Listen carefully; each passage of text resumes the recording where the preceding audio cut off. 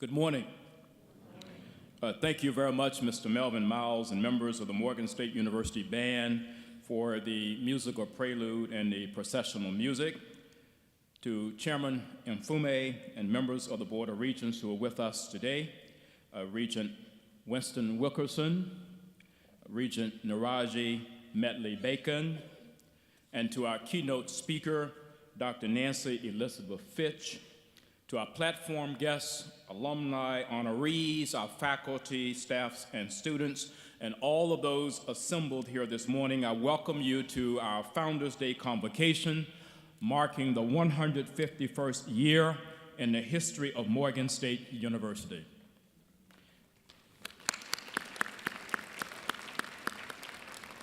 We shall begin the convocation this morning with invocation by the Reverend Bernard Kills, Dean of the University Memorial Chapel.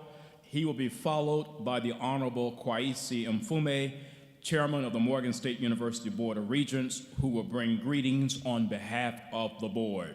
Dean Kills.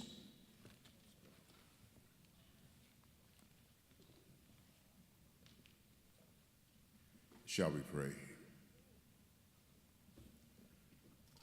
Only you, God, can take us back to places where we first began, a place and a time when all we knew was to trust in your word. Forgive us for those times when we took our eyes off the great prize that is called faith, the substance of things hoped for, the evidence of things not seen. We echo, O God, the voices of those who laid brick made from straw on the Centenary Biblical Institute. Through the long sweep of time, within the vast distances of space, we in this very presence of time, this moment, and in this place, acknowledge you and our forefathers and mothers. As we work and weep and worry, as we rejoice and celebrate the achievements of thousands who thirst for learning, sustains us to this very day. With their vision, our purposeful founders remind us that as you serve by creating and bestowing the gifts of those who teach and those who learn, for all who have ever marched in the footsteps of excellence, let the words of the book of Sirach speak to their hearts. If you wish, you can be taught. If you apply yourself, you will be shrewd. If you're willing to listen, you will learn. If you give heed, you will be wise. Finally, we ask all this in the name of many fathers and mothers, for we are from many places, yet we are one. And our one common goal is to see the sunrise of tomorrow's forever and to compare it with the deepest memories of yesterday's hopes and dreams. For we ask it, we believe it, in the name of the great God of this universe. Amen.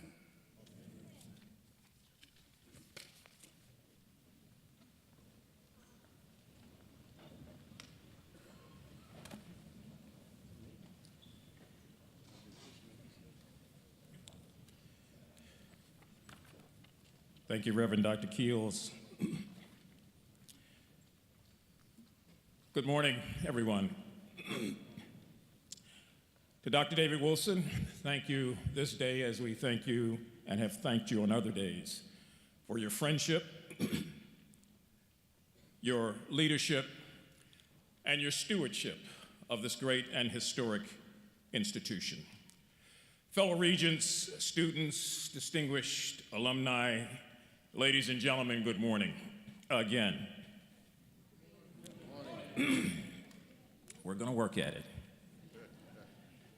It's a pleasure to bring you greetings on behalf of the Board of Regents of Morgan State University as together we commemorate the founding of our institution in November 1867, occurring as it did just 4 years after President Abraham Lincoln took his pen and signed the Emancipation Proclamation, abolishing what historian John Hope Franklin once described as the cruel and peculiar institution of slavery.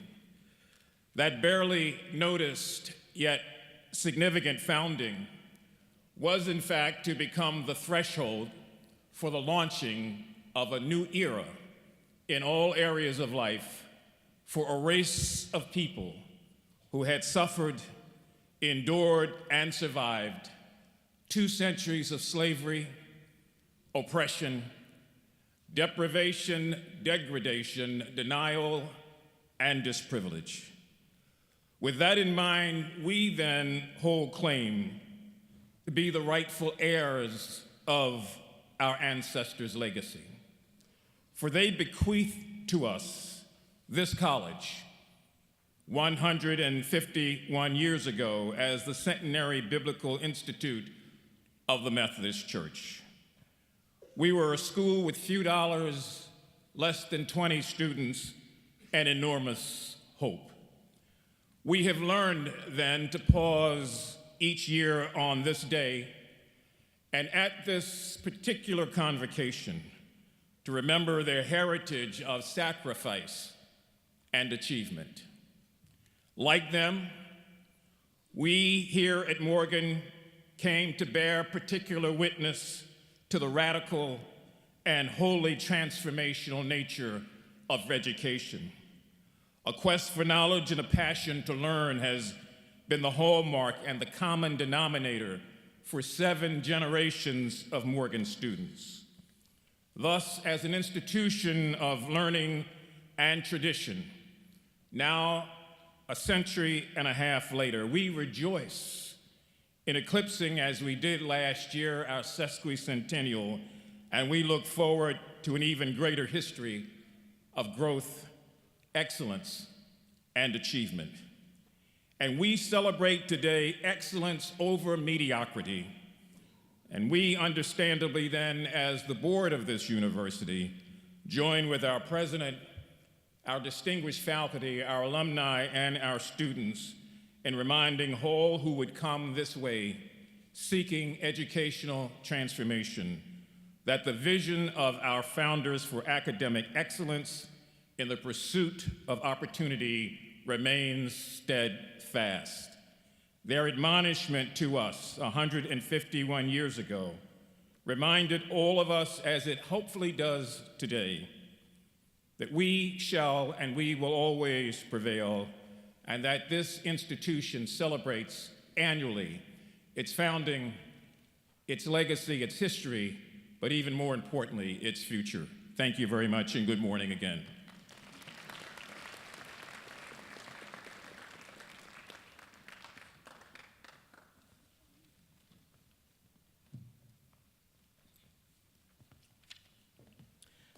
Thank you very much, Chairman Mfume, for your warm greetings from the Morgan State University Board of Regents.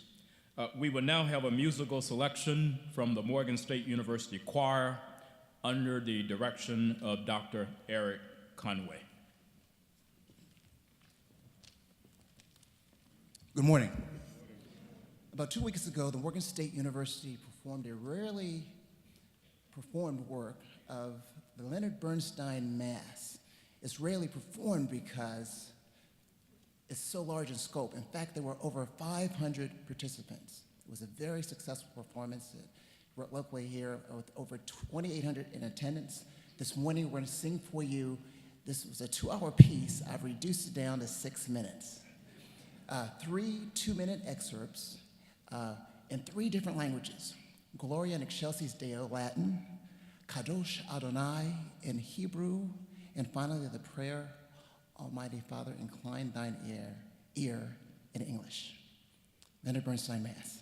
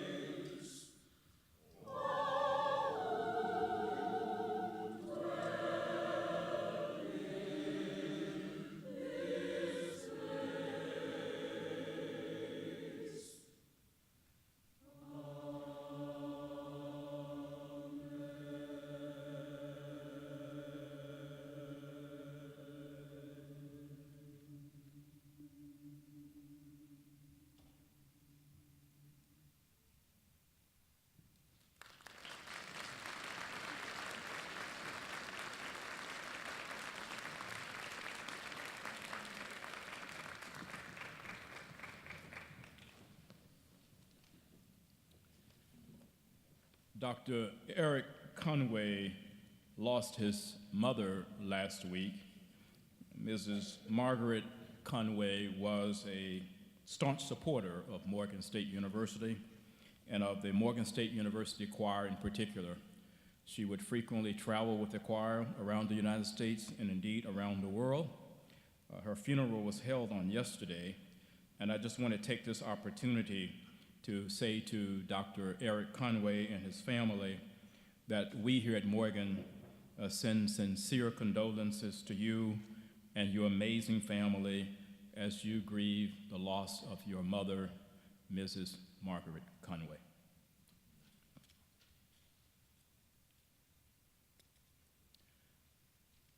Ladies and gentlemen, we are very honored today to have as historian in residence at Morgan State University and as keynote speaker for our 2018 Honors Day Convocation, Dr. Yancy Elizabeth Fitch.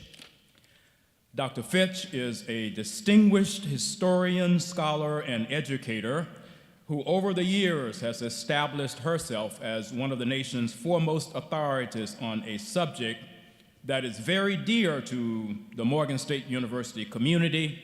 That subject is, of course, the Virginia Collegiate and Industrial Institute, which was a branch of Morgan College in Lynchburg, Virginia, from 1883 or 1893 to 1917. Dr. Fitch was educated as a historian and South Asianist at the University of Michigan, where she earned a master's degree as well as the doctoral degree. For many years, she was a research analyst in the Congressional Research Service of the Library of Congress, and thereafter she served as historian in residence and staff member in the office of the chairman of the U.S. Equal Employment Opportunity Commission. She was EEOC's representative to the White House Initiative on Historically Black Colleges and Universities.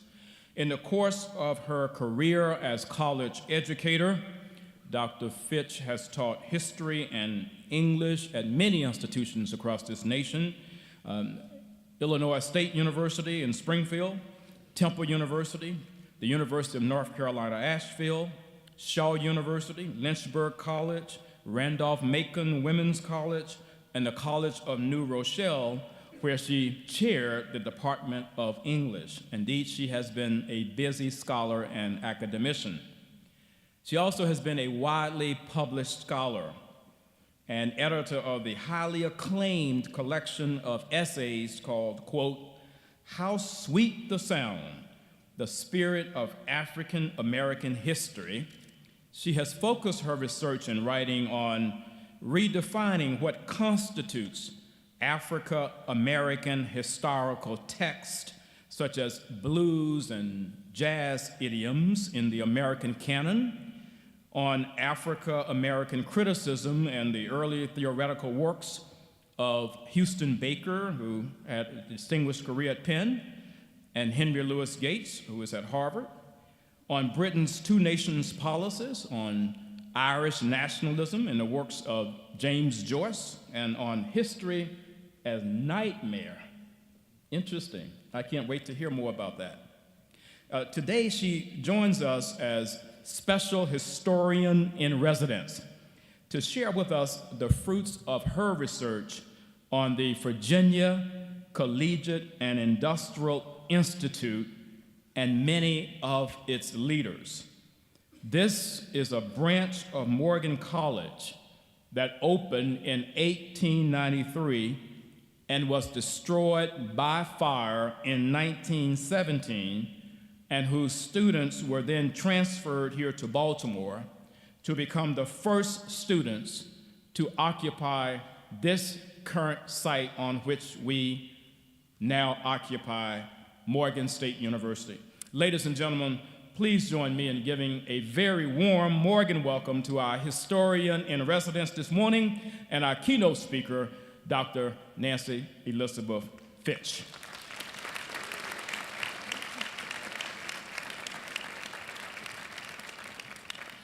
Wow, was he talking about me? Dr. Wilson, members of the Board of Regents, administration, faculty and staff, students and friends of Morgan State University, and Dr. Bernie J. Hollis and the Sesquicentennial Celebration Committee. Good morning. Wow. As self-appointed storyteller for the Virginia Collegiate and Industrial Institute, VCII, I am honored to be the 2018 Morgan State University Founders Day Convocation speaker. I am here in Baltimore County rather than with my now day-old 99-year-old mother who considers this occasion one of her birthday presents.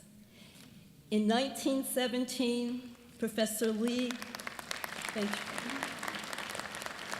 you. In 1917, Professor Lee Marcus McCoy was the newly appointed principal of VCII in Lynchburg, Virginia. VCII opened its doors for classes at the building known as Morgan's Annex on October 3rd, 1893 at 9:30, and it was destroyed by fire at 9 a.m. on December 10th, 1917. After the principal and some male students tried and failed, as did the Lynchburg Fire Department, to extinguish quickly the fire that started in the attic, VCII was physically gone. Morgan's Annex, the main campus building with the dormitories, recitation rooms, principal's apartment, parlor, and chapel, was the physical presence of the institution. Its first and fourth principal, Frank J. Trigg Jr., also the fourth principal of Princess Anne Academy, the other branch of Morgan College, described in 1894 to a delegation touring Virginia Black institutions of higher education that this building was the most beautiful building you will ever see in your life. The delegation agreed, saying, "We find when we alight from our carriage that he has not greatly exaggerated, if beauty consist in fitness for the purpose it is to serve." Built of a dark greenish stone taken from the foot of the hill on which the school stands, it seems as substantial as the hill itself, end of quote. The principal, staff, and faculty, and the 10 fine young women and soon-to-be VCII normal school graduates were relocated to the new Hillen Road campus in Baltimore County for the next academic year, 1918, approximately 100 years ago, maybe even today. They were among the first occupants of this place and initially replanted at the renovated Ivy Mill Hotel, thereafter named Washington Hall after the Washington Conference of the Methodist Episcopal Church that held denominational oversight over it. Those who had lost their home, Morgan's Annex, and also their school, VCII, were integrated into the college's Morgan Academy, its normal or teacher training component in Baltimore. Principal McCoy would become the academy's new principal, and the last VCII graduates would receive their teaching certificates on their new campus from the Department of Education of the Commonwealth of Virginia. In 1920, Lee Marcus McCoy, last VCII principal and 1917 recipient of an honorary master's degree from Morgan College, would become Morgan's Dean of College after the retirement of storied Dean William Pickens. 3 years later, he would leave the Morgan Corporation and return to his alma mater, Rust College in Mississippi, and become its first alumnus president. I'm here today in this place, but so also is VCII, in this place having been absorbed in the fabric of the Morgan College Corporation for all time. Some of our historically Black colleges and universities and many of their constituent parts, like VCII, suffered death by fire. Records and institutional memories were lost. Some institutions never to be heard from again, their work neither remembered nor acknowledged. But due to your good offices, that will not happen to Virginia Collegiate and Industrial Institute or to Frank J. Trigg, Jr., and I hope neither to Reverend I. Garland Penn, African-American Methodist Episcopal Church Executive Extraordinaire, and also historian of the Afro-American press up to that time, who brokered its placement in Lynchburg, along with the renowned Jackson Street Methodist Episcopal Church, the Baltimore Conference of the Methodist Episcopal Church with oversight over Centenary Biblical Institute / Morgan College, and its Freedmen's Aid Society, nor the institute and college presidents who supported VCII during its 25-year existence and were faithful stewards, and particularly for 15 years until December 10th, 1917, John Oakley Spencer, PhD, who retired as president from Morgan State College in 1937.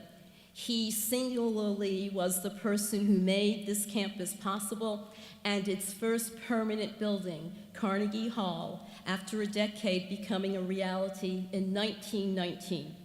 The Southwestern Advocate, in a 1918 article, The New Morgan College, said, quote, "The real big thing in the life of our Freedmen's Aid Society schools during the past year was the moving of Morgan College from its old site in the city of Baltimore to its new and picturesque site located on the outskirts of the city.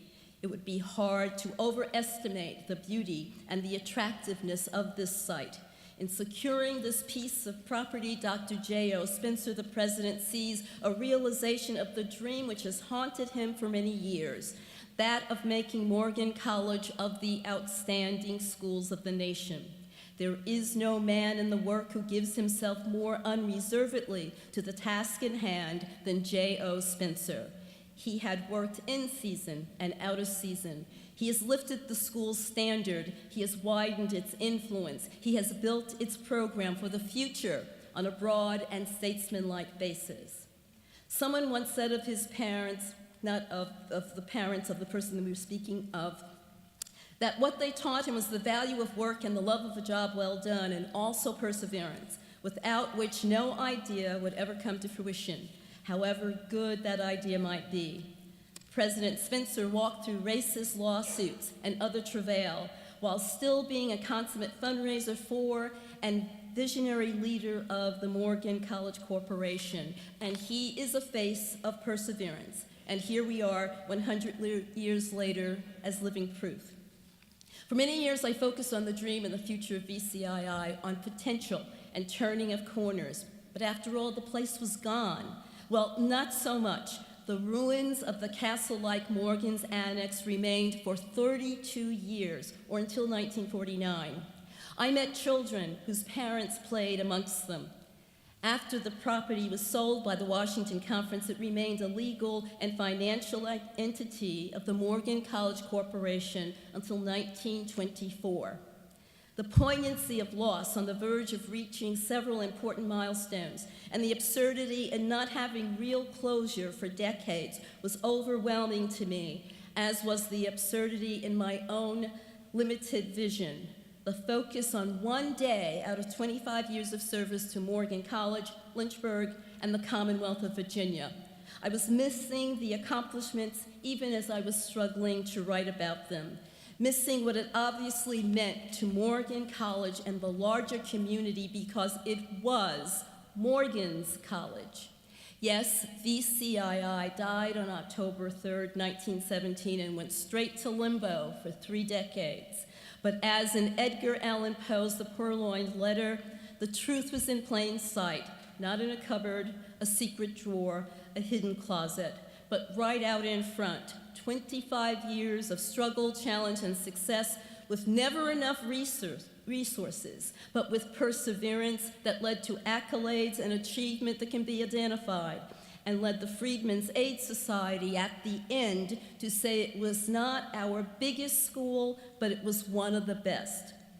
First, Morgan's Annex wasn't the institution. Morgan's College, or the Virginia Collegiate and Industrial Institute, was.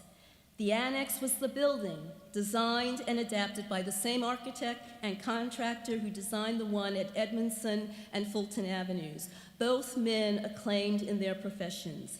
And it was built with Lynchburg's distinctive and signature green stone, a beautiful 4-story building atop one of the hills of the Seven Hills city. Caring is in the detailing. This was Morgan's mini-me. And the Morgan College Bulletin said it was one of the best buildings in the corporation. It melded into the landscape, occupying a setting that looked toward the peaks of honor of the majestic Blue Ridge Mountains and overlooking a growing city with all the challenges of urban living. As Morgan's Baltimore building, when first erected, was touted as being in the healthiest part of the monumental city, so too Morgan's annex was said to be in the healthiest part of Lynchburg.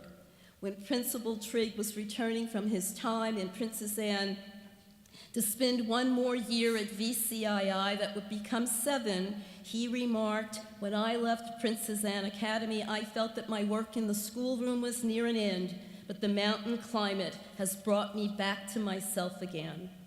To head, heart, and hand, used to describe the philosophy of self-reliance and self-help, might be added soul and spirit, for this place was an inspiring environment in which to be enlightened and to be prepared for a purposeful life as a whole young woman and man who were descendants of enslaved persons. And what better role model there and at Princess Anne and later at Bennett College, and a more palpable one than a successful and driven teacher, principal, president of color who lived life to the fullest and with the empty, quote, empty right sleeve pinned across his breast, emphasized his charge for his students to make the best of seeming disadvantage. By 1917, VCII teacher graduates, numbering no less than 100 and possibly as many as 200, were the most sought after in the Commonwealth, having an exemplary reputation for excellence in the classroom. Rural teachers groaned to teach others who could see themselves in them and possibilities. They were role models. There weren't enough VCII graduates to fill all the vacancies. President Spencer, who traveled often to the school to meet, consult, officiate, and Principal Trigg together improved and revised the normal school curriculum that led in 1915 to the Department of Education of Virginia to award 7-year teacher certificates to its normal school graduates.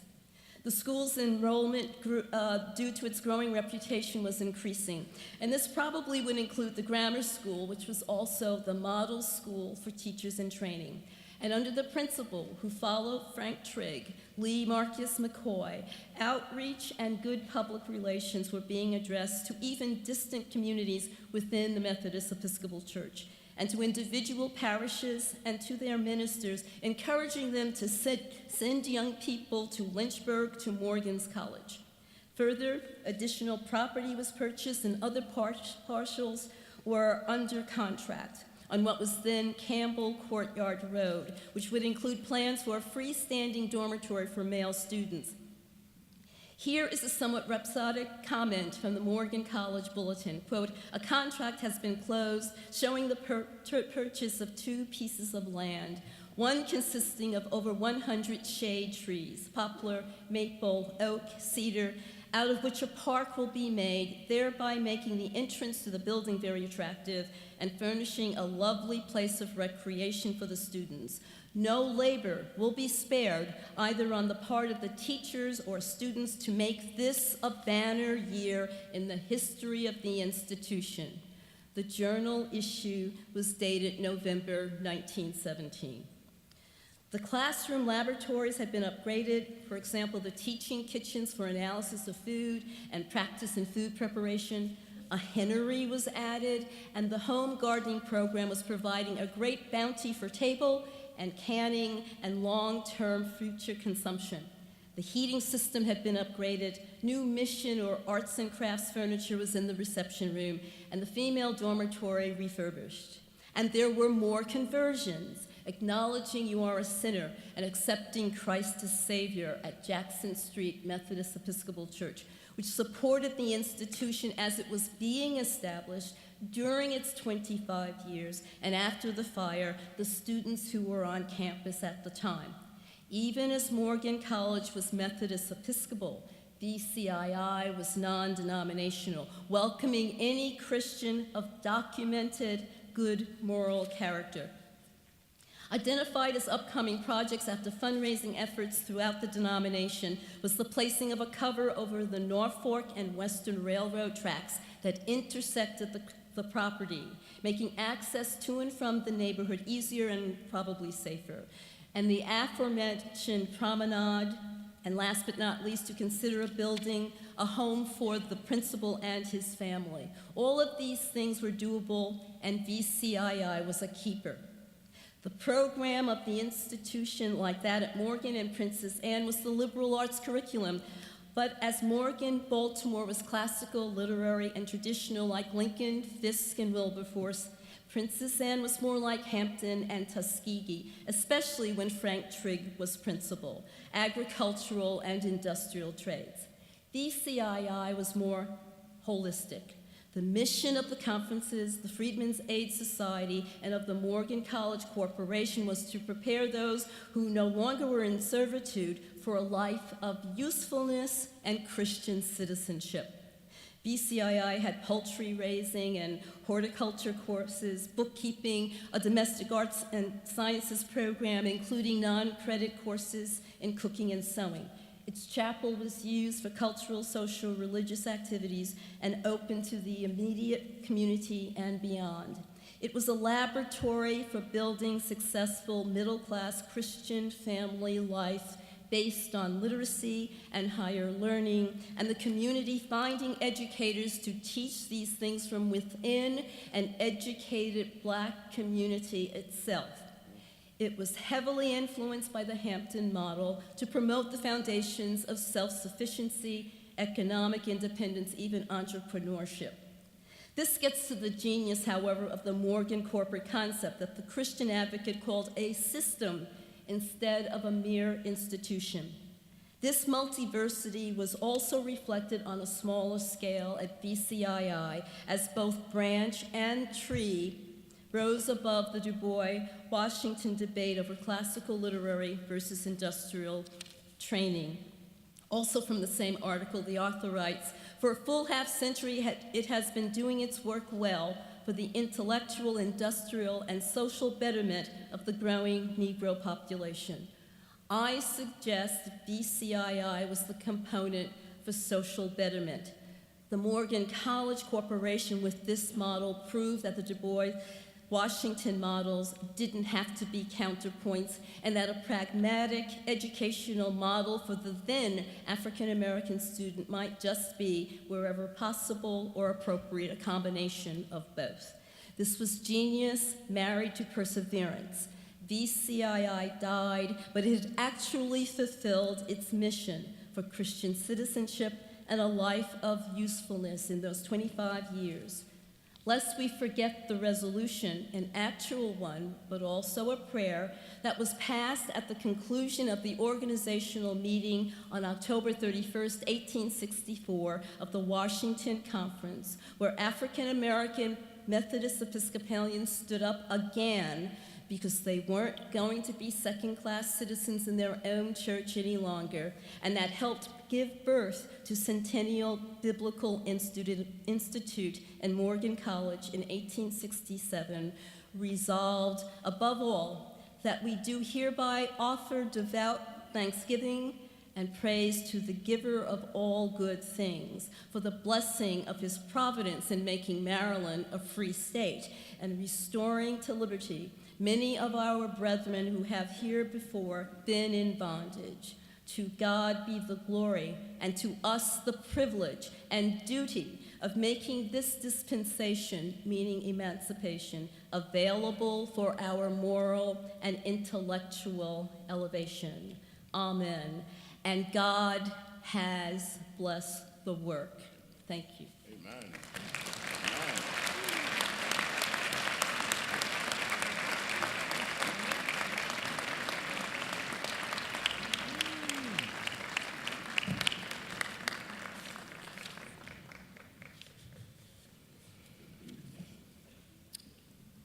Dr. Fitch, I'm almost speechless. First of all, I want to wish your 99-year-old mother a happy birthday. And through you, I think she has given us today an incredible gift beyond what we could have ever imagined as we gather here to celebrate the founding in its 151st year of Morgan State University. You have given us a sense of our history, a sense of the reach of this institution beyond Baltimore City.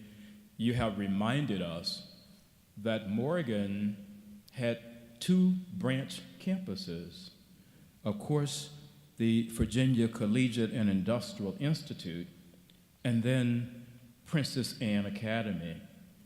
And I don't think that our university community has fully understood the value of the Virginia Collegiate and Industrial Institute the way you have brought it to life today. We understand that Princess Anne Academy was purchased by the state of Maryland to provide an institution, a public institution for Black students in Maryland to attend, and that institution is now the University of Maryland Eastern Shore. But you have connected these dots for us. Please join me, students, faculty, alumni honorees, Morgan State University community, in thanking Dr. Yancy Fitch. Thank you.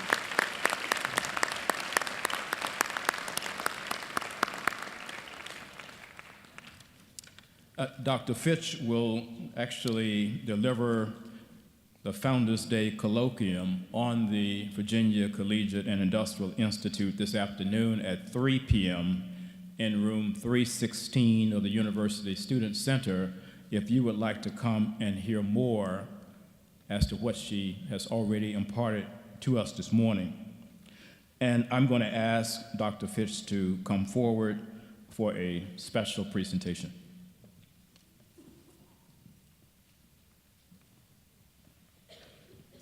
And I'm also going to ask Chairman Mfume and the members of the Board of Regents, the members of the board. I would like to present this special presidential citation, and it reads as follows. Morgan State University Presidential Citation 2018 MSU Distinguished Achievement Award, presented to Dr. Yancy Elizabeth Fitch, educator, historian, scholar, and leading authority on the Virginia Collegiate and Industrial Institute. I, David Wilson, president of Morgan State University, congratulate you, Dr. Yancy Elizabeth Fitch, for your long and fruitful career as educator, scholar, and historian. I commend you for your dedicated and well-documented research on the history, achievements, and significance of the Virginia Collegiate and Industrial Institute, which was a branch of Morgan College from 1893 until its unfortunately destruction by fire in 1917. I applaud you for the great contribution that you and your research have made to the preservation of the history of Morgan State University, and I thank you for being with us today as Distinguished Historian in Residence for the 2018 Founders Day celebration at Morgan State University. Founders Day Convocation, November 8th, 2018. David Wilson, President.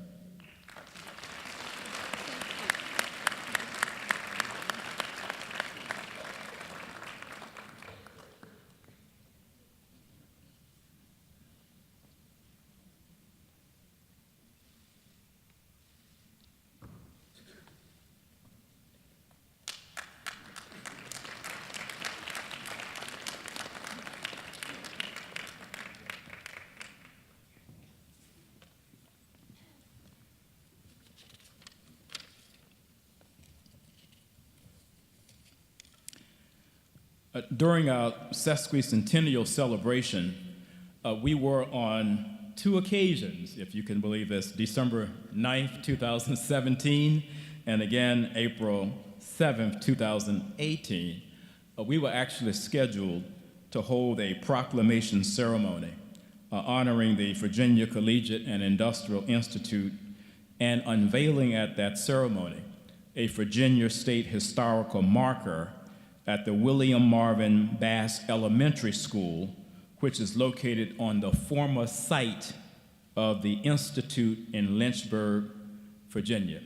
But as fate would have it, on both occasions, we had snowstorms that forced the cancellation of both of those ceremonies. However, today we wish to fulfill that commitment by issuing sesquicentennial salutes to those individuals and those institutions associated with the Virginia Collegiate and Industrial Institute that we were going to honor on those occasions.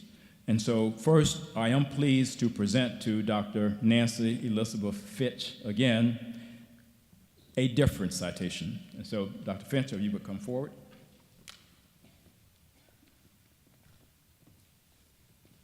This is a sesquicentennial salute, and it reads much as the last one, and I would not read it, but we want to present this to Dr. Nancy Elizabeth Fitch, Founders Day Convocation, commemorating the Virginia Collegiate and Industrial Institute, 1893 to 1917, on November 8, 2018. Join me in giving a huge sesquicentennial salute to Dr. Nancy Elizabeth Fitch.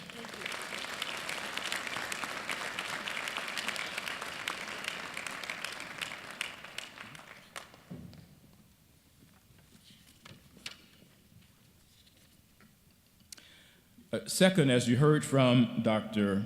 Fitch, I'm pleased to present to Frank R. Trigg, posthumously, this presidential citation, and I will read it. This is another sesquicentennial salute posthumously presented to Frank R. Trigg, first principal of the Virginia Collegiate and Industrial Institute of Morgan College, 1893 to 1885, and 1910 to 1916. I, David Wilson, president of Morgan State University, give a sesquicentennial salute posthumously to Frank R. Trigg, first principal of the Virginia Collegiate and Industrial Institute, which was a branch of Morgan College from 1893 to 1917.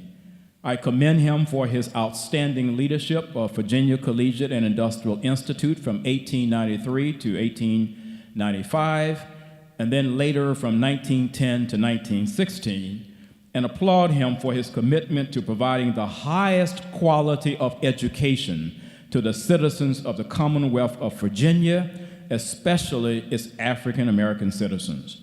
I proclaim him one of the most significant contributors to the legacy and the long 151-year history of what is now Morgan State University, a Carnegie-classified doctoral research university, Maryland's preeminent public urban research university, and the only institution in the nation whose entire campus has been declared a national treasure by the National Trust for Historic Preservation.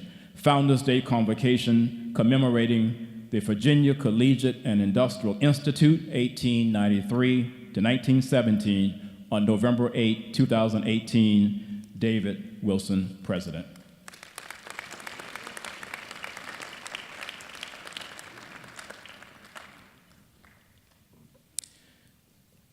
And I have another sesquicentennial salute. And with this one, I think we will present to the university community, particularly our students, a little bit more history. This sesquicentennial salute is presented posthumously to Harriet A. Wolford, alumna of Morgan College and dorm supervisor who saved the lives of the students from the fire at the Virginia Collegiate and Industrial Institute. I, David Wilson, president of Morgan State University, give a sesquicentennial salute posthumously to Harriet A. Wolford, teacher and dorm supervisor at the Virginia Collegiate and Industrial Institute, which is a branch of Morgan State College, or Morgan College, from 1893 to 1917.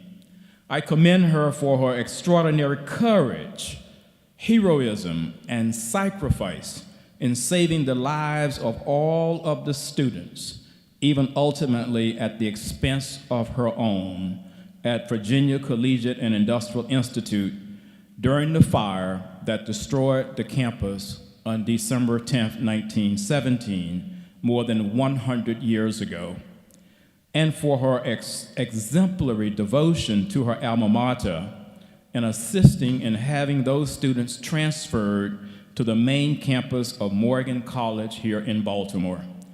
I proclaim her one of the most significant contributors to the legacy and the long 151-year history of what is now Morgan State University, a Carnegie classified doctoral research university, Maryland's preeminent public urban research university, and what? The only institution in the nation whose entire campus has been declared a national treasure by the National Trust for Historic Preservation, David Wilson, President. This sesquicentennial salute actually will be placed in the Wolford Infirmary on campus. And so to our students who go to the Wolford Infirmary, know why it is so named. Know why it is our health center. It is because Mrs. Wolford saved the lives of all of those students at the Virginia Collegiate and Industrial Institute. Thank you.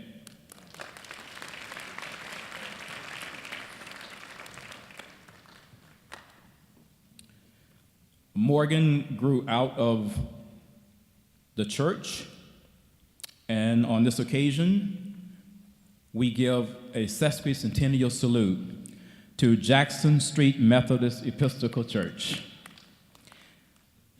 benefactor and supporter of the Virginia Collegiate and Industrial Institute. I, David Wilson, president of Morgan State University, give a sesquicentennial salute to Jackson Street Methodist Episcopal Church, the earliest and longest standing supporter and benefactor of the Virginia Collegiate and Industrial Institute, which of course was a branch of Morgan College.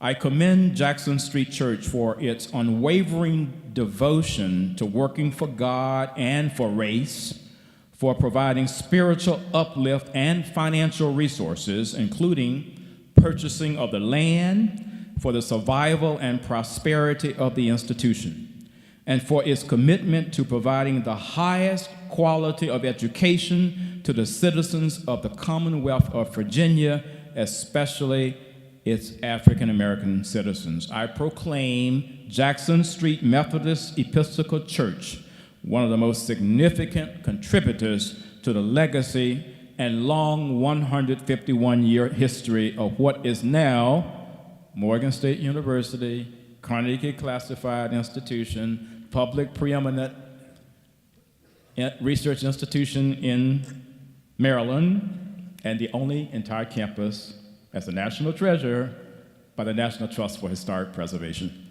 Jackson Street Methodist Church.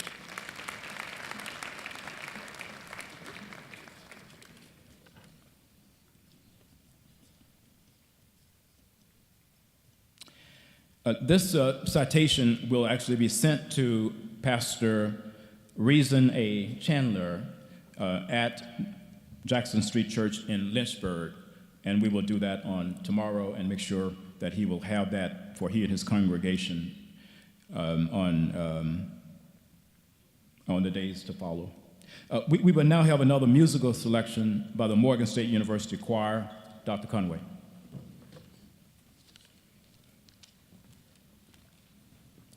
Our second selection will be a spiritual by Andre Thomas.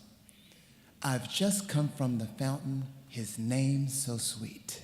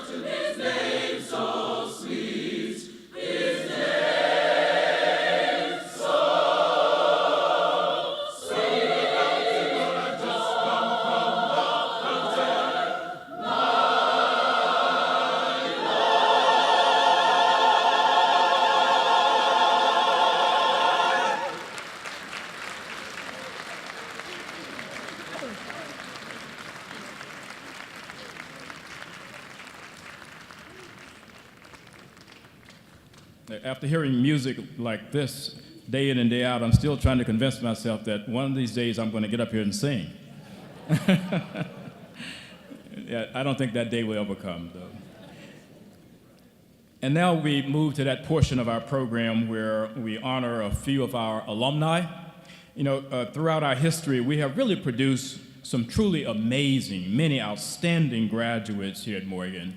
Among them, of course, the mayor of the city of Baltimore, who is a two-time graduate of Morgan, the Honorable Catherine Pugh, the retired justice of the Maryland Court of Appeals, Robert M. Bell, Earl Graves, the founder and CEO of Black Enterprise, and after which our School of Business is named, Carl Turnipseed, retired executive vice president of financial services at the Federal Reserve Bank of New York, award-winning singer Mesa Leak, a former congressman and CEO and former president of the NAACP and currently chair of our Board of Regents, Kwesi Mfume, and the list can go on and on and on.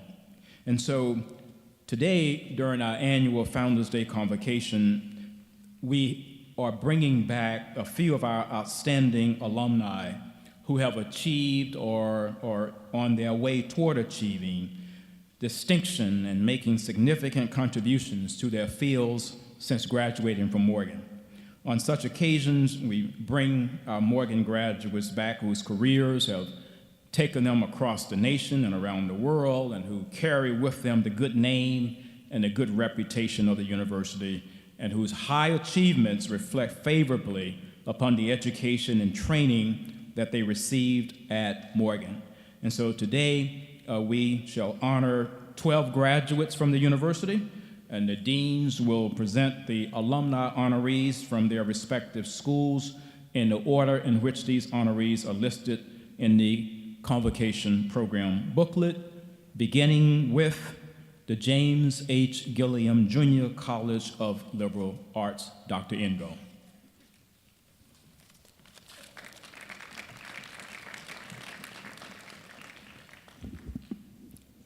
Mr. President, Brigadier General R. Scott Dingle earned a bachelor's degree in sociology from Morgan State University in 1988 and was commissioned through its Reserved Officers Training Corps, ROTC program, into the U.S. Army.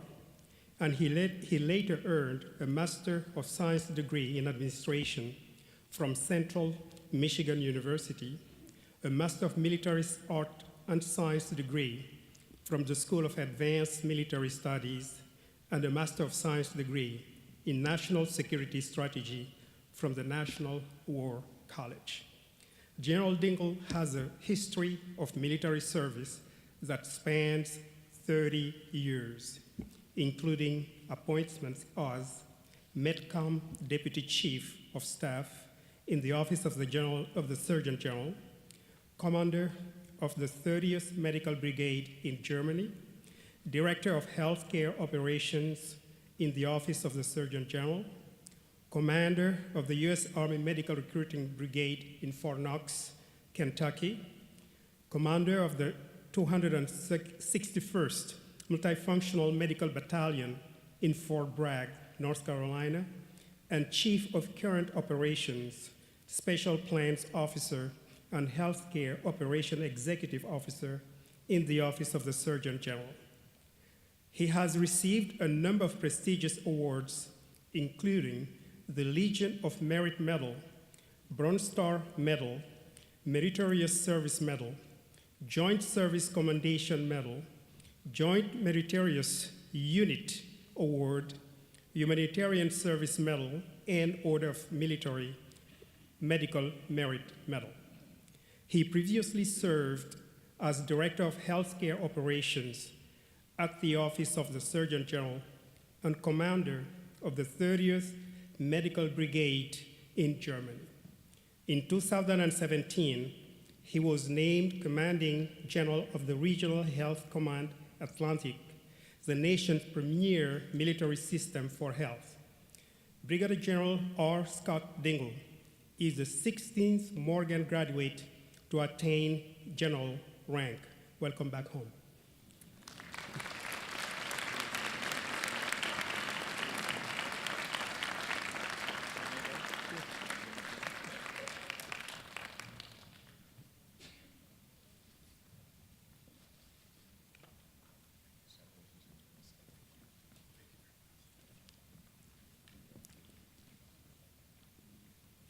Mr. President, Ramona Riley Bossier earned a Bachelor of Arts degree in sociology and a Master of Arts degree in sociology at Morgan State University in 1987 and 2012, respectively.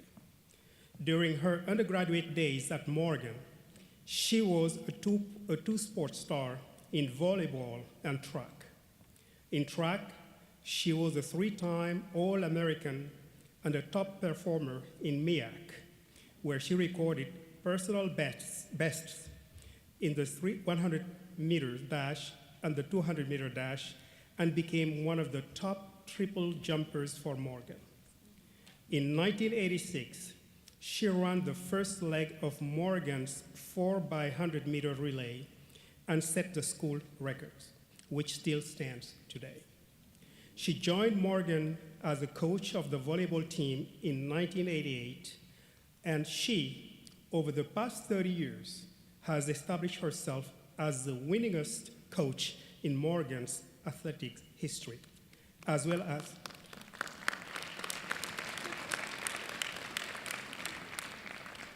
as one of the most decorated coaches in the history of the Mid-Eastern Athletic Conference, MEAC. Taking over a fledgling volleyball team She led Morgan to its first MEAC crown in 1992, with championship following in 1997, in 1998, 1999, and 2000.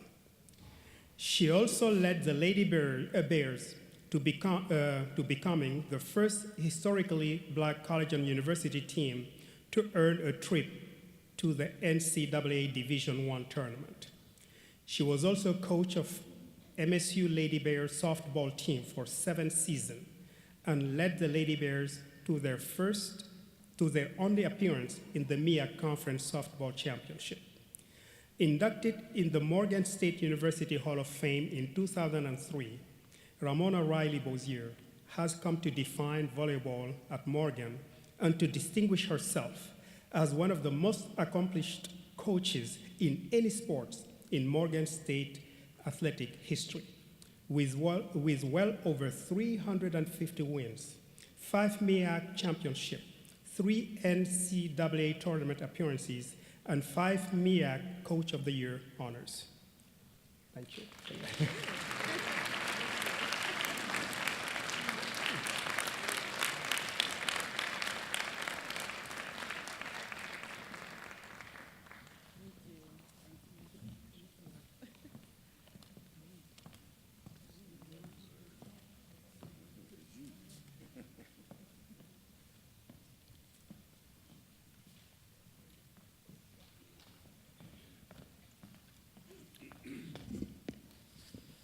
Mr. President, Sami Taylor earned 2 degrees at Morgan State University.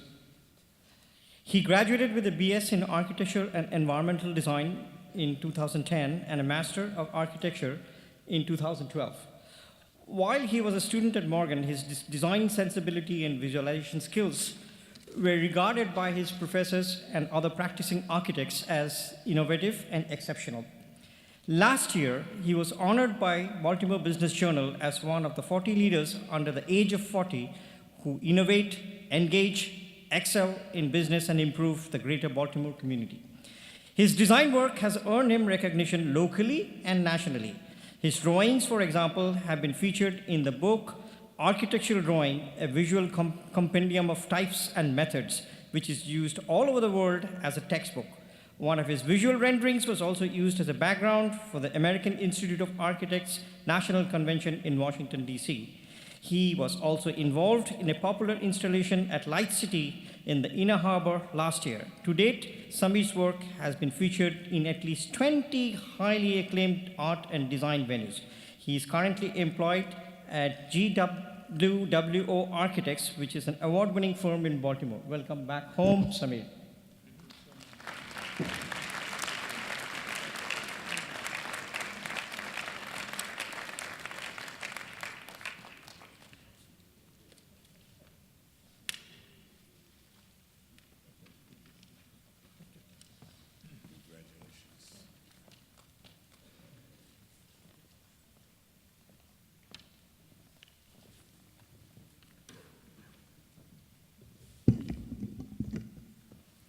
Mr. President, Rodney D. Jones, Sr., earned a Bachelor's of Science degree in management from Morgan State College in 1972. He later earned a Master of Business Administration degree from the Wharton School of Business at the University of Pennsylvania in 1981. Mr. Jones spent 10 years working at IBM, where he structured and closed IBM's first development partnership with Mccoy Partners and developed the Crocker Center, now the Wells Fargo Center in downtown Los Angeles. In 1991, Rodney Jones founded National Capital Resources, NCR, a Red Book, SEC-licensed, MSRB-registered financial municipal advisory firm with offices in Boston and Philadelphia. At NCR, he advised, issued, or privately placed over $1 billion in tax-exempt securities. Mr. Jones and NCR also advised on master plans and financing for major projects in Philadelphia, such as the Energy Master Plan for the Navy Yard Smart Grid, His most recent experience was the current refunding and debt consolidation for the largest federally qualified healthcare provider in the Commonwealth of Pennsylvania, serving 180,000 members. Mr. Jones is a member of the board of directors of the Morgan State University Foundation. Welcome.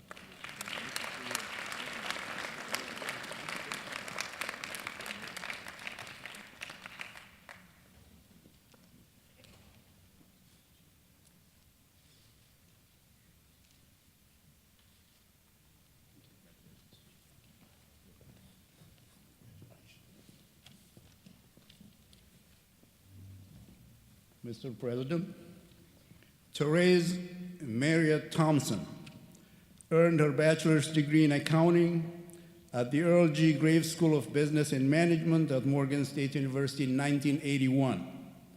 For many years, she was employed by Pricewaterhouse as a senior auditor. For more than 30 years, she has been an associate of the Coca-Cola Company, and she has held numerous positions of increasing responsibility, ranging from operations to finance. Currently, she is Vice President for Global Supplier Diversity, and she leads the organization's effort to maximize procurement opportunities with diverse businesses as suppliers, contractors, and subcontractors of competitively priced goods and services. Ms. Thompson.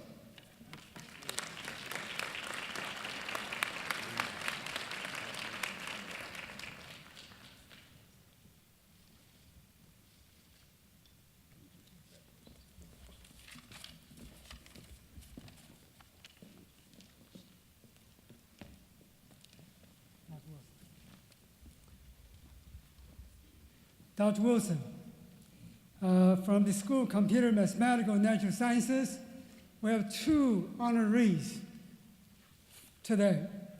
The first one is Dr. Valerie Nelson. Dr. Nelson earned her bachelor's and master's degree in mathematics from Morgan State University. Then he went to Howard University to earn her PhD in mathematics. After that, she was hired by the National Security Agency in 2000 as the Applied Mathematics Program. In 2004, she became the first Black female to complete and graduate from the development program. As a published researcher, she recently served as the department head for the mathematics, cryptanalysis, and data science curriculum at the National Cryptologic School. And she currently participates in the Department of Defense's Senior Technical Development Program as a visiting faculty member at the University of Maryland, Baltimore County.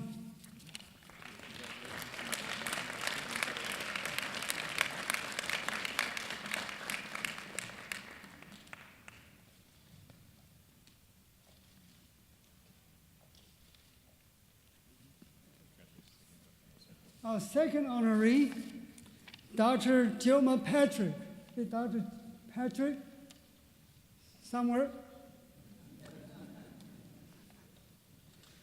Anyway, Dr. Patrick came to Morgan State University not as a biology major, but after one summer internship at the National Institute of Health, specifically National Cancer Institute, she got a passion for scientific research.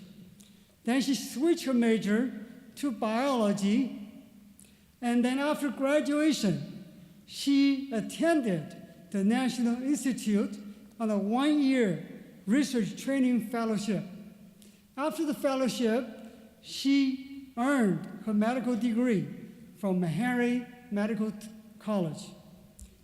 Then she completed her residency program in general surgery at the University of Florida, Jacksonville, and received a fellowship for additional training in breast surgical oncology at the Lane Sage Comprehensive Breast Center at Northwestern University in Chicago.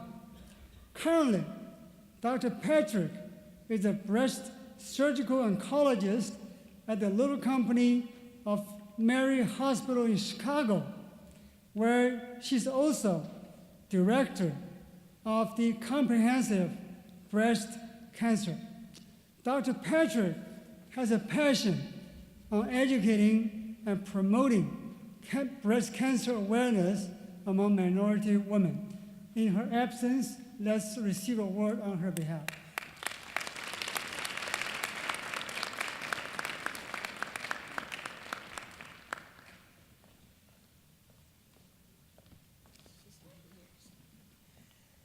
The School of Education and Urban Studies, we'd like to honor Dr. Kimberly Beattie. She's not able to be with us this morning, but we ask you to read her biography and know that she is an excellent educator, excelling in many areas, and she currently serves as the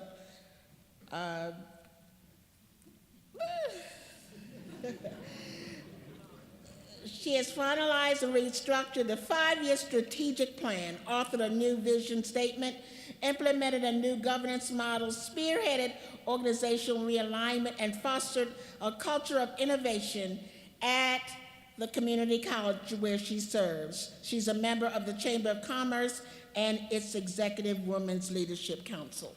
Dr. Beattie.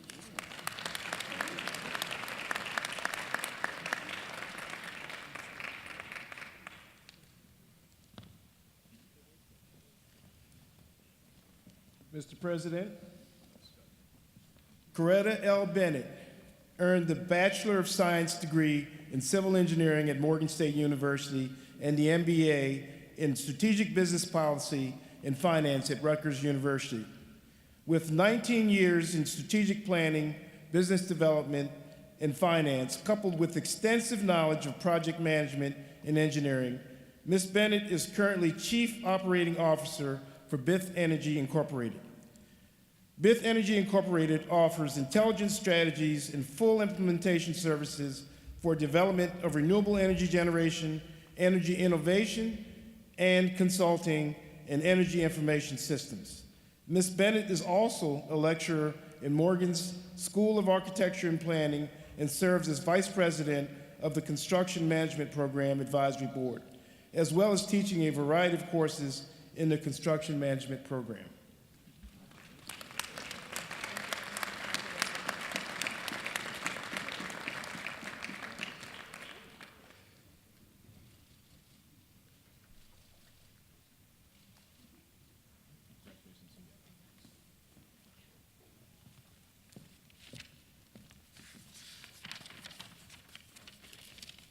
Mr. President, Dr. Mashur Rani Chowdhury, I don't believe is in attendance, but I'd like to acknowledge his award, and I would say, in the sake of time, that you can read his credentials in your program book.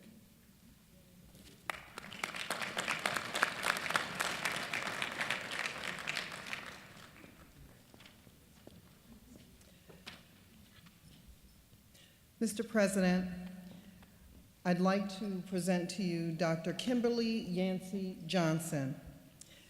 Graduated with a bachelor's degree in social work from Coppin State University and earned a master's degree in social work at the University of Maryland at Baltimore. Later, she earned the PhD in social work at Morgan State University. She's a former child welfare caseworker, a licensed clinical social worker, and an approved social work supervisor for the Department of Health and Mental Hygiene in Maryland. She also served as director of Morgan's Title IV-E Education for Public Child Welfare Training Program. She received Maryland's Social Worker of the Year Award in 2008 and later the Blaze of Power Award. Her research was featured in the publication Social Practice with African Americans in Urban Environments. She is currently manager and contract monitor of the Department of Health and Human Services in Montgomery County and serves as an adjunct faculty member at Morgan State University School of Social Work.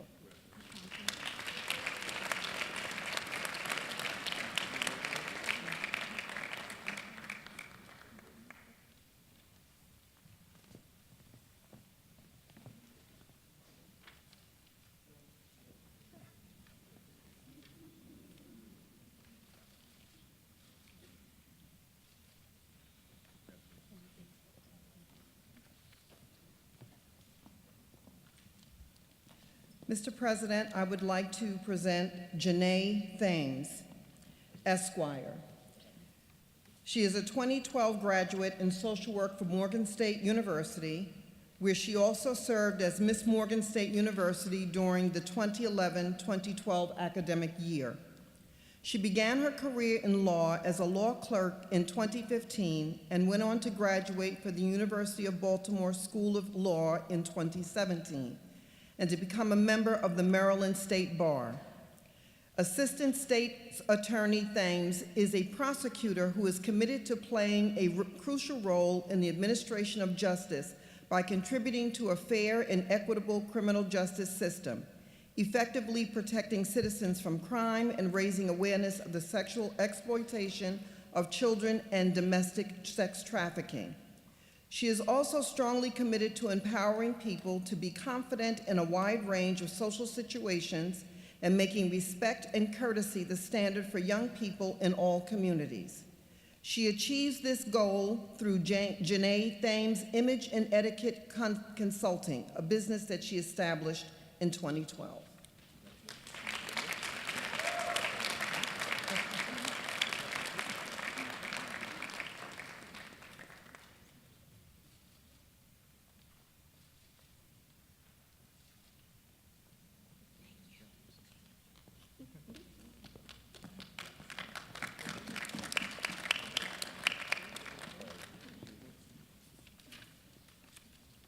Please join me in giving a round of applause and congratulations to all of our alumni honorees, that all of you as faculty have played an incredible role in their success. Congratulations indeed to all of you. Ladies and gentlemen, we thank you very much for joining us this morning in celebrating the founding of Morgan, and now in our 151st year. We will now have the singing of the alma mater, led by the Morgan State University Choir, followed by the benediction and the recessional, and we request that the audience remain standing at their seats until the platform party and the faculty have exited the concert hall.